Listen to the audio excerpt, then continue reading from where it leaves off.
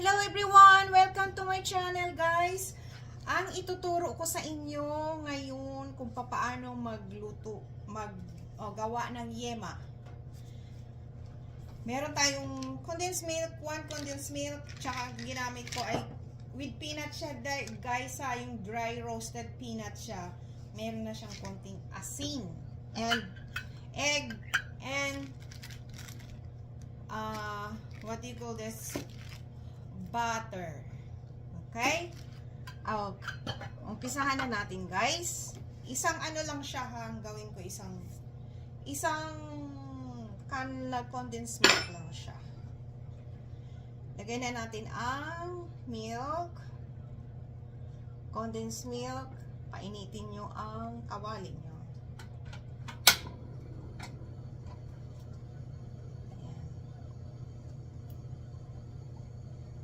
Siguro guys, alam niyo naman kung paano magluto ng yema, di ba? Ito naman, sarili kong version to eh. Try lang. Naalala ko nung ano pa ako. Nung nasa Japan ako, lagi ako nagluluto nito eh. Dinadala ko sa trabaho. Instead kumakain ako ng chocolate, ito kinakain ko. Ginagawa akong candy with peanut pa siya. Di ba? Masarap pa. Yon. Okay. Yan. Init, halo-halo lang. Yan.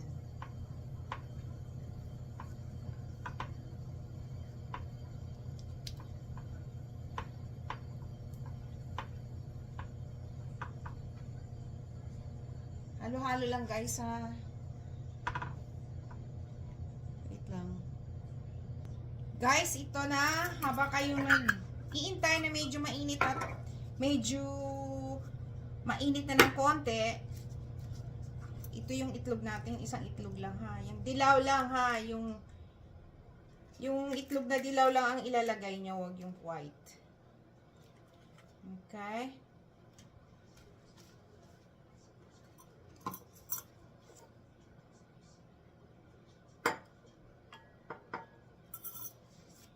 alam niyo naman guys, ang hirap mag ano.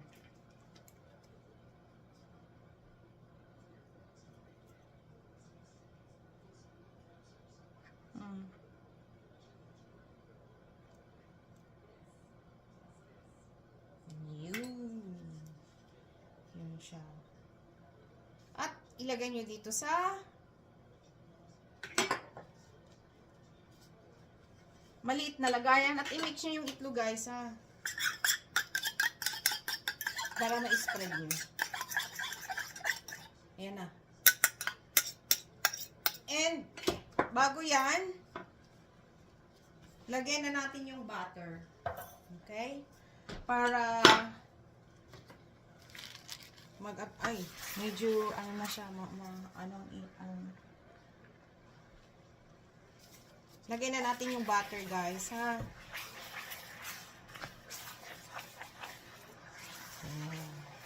May makakagat-kagat kayo niyan kasi meron siyang ano.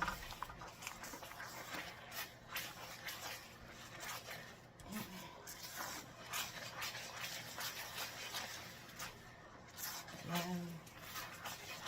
Hina lang ng apoy talaga. Butter.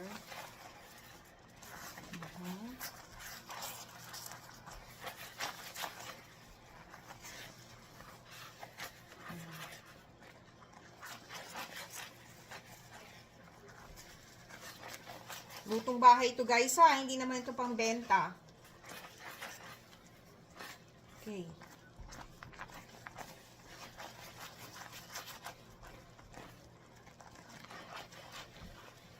Hina pa ng apoy guys, dapat mahina pa. Ano ba?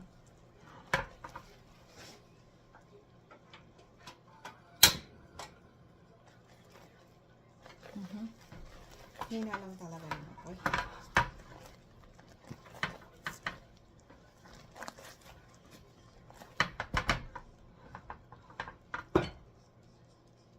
Guys, dito na ilagay ang itlog guys. Haluin mabuti kaagad para hindi manigas yung itlog.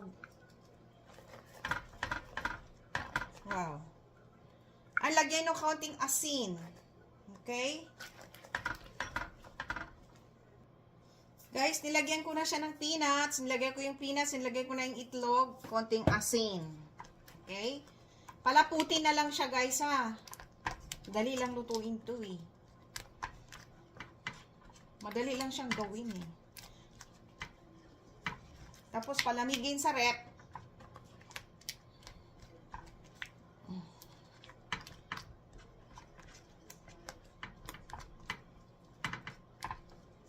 Nasa sa inyo kung lagyan nyo siya ng vanilla. Vanilla essence. Ako hindi na kasi meron na siyang meron na siyang itlog. Pwede rin.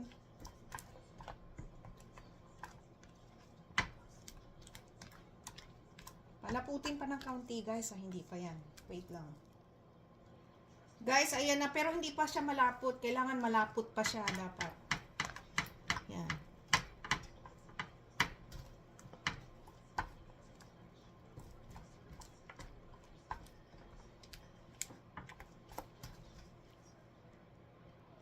Guys, ito na, oh. Ganyan na siya kalapot. Ganyan na siya. Yan. Para na siyang caramel. Ganyan siya kalapot, guys, ha, bago nyo kaunin. Tapos, palamigin nyo, guys, sa rep. Lagay nyo sa... Palamigin nyo ng 1 hour. Yan. Ngayon, itong hulmahan, ito. Gagawin ko siyang scale. Lagyan mo ng oil para hindi mandikit-dikit. Pag nilagay mo na sa rep, sa bagay, pag na malamig na yan, bigyan na lang yan siyang, Here we go. Yan na. Lagay na natin dito sa hulmahan.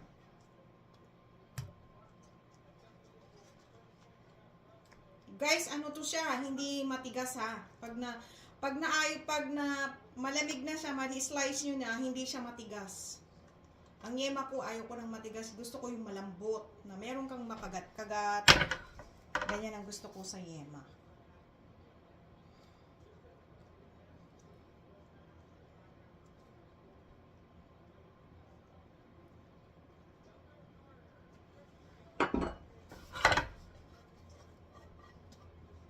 Sayang yan. Pwede pa to, eh.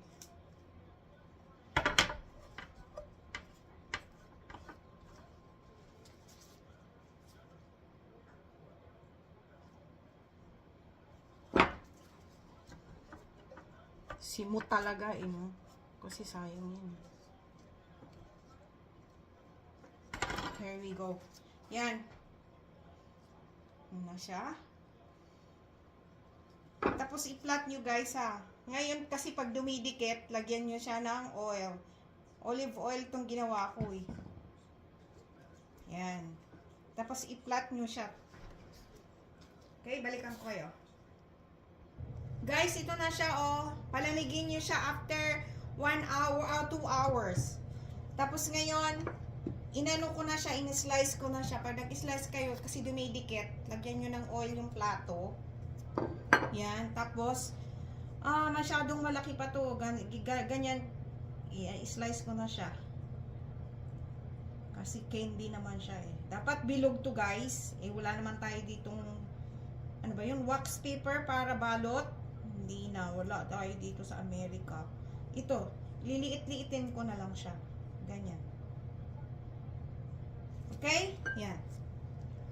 Palamigin nyo, ha. Sa rep. 2 hours, guys. Bahala na kayo kung anong slice ang gagamitin nyo, ha. Kasi kung medyo, ano pa siya, basa na i-slice nyo na, napakaganda. Kasi pag natuyo na yan, mahirap na hiwain, i-slice.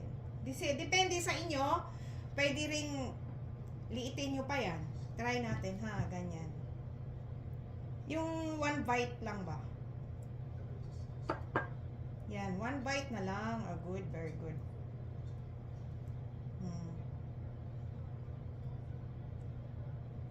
Liitin ko na lang kasi instead na wala kasi akong ano,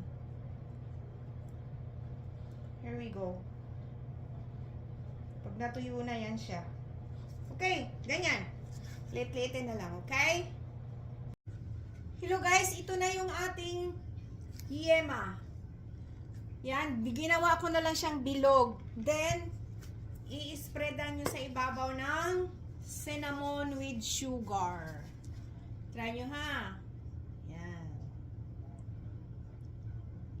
Cinnamon with sugar guys. Para maganda siya. Yan.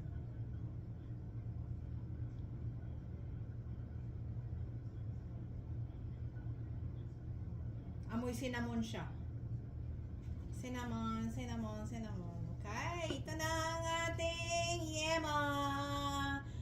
Bye! God bless all! Ito na ating finished product.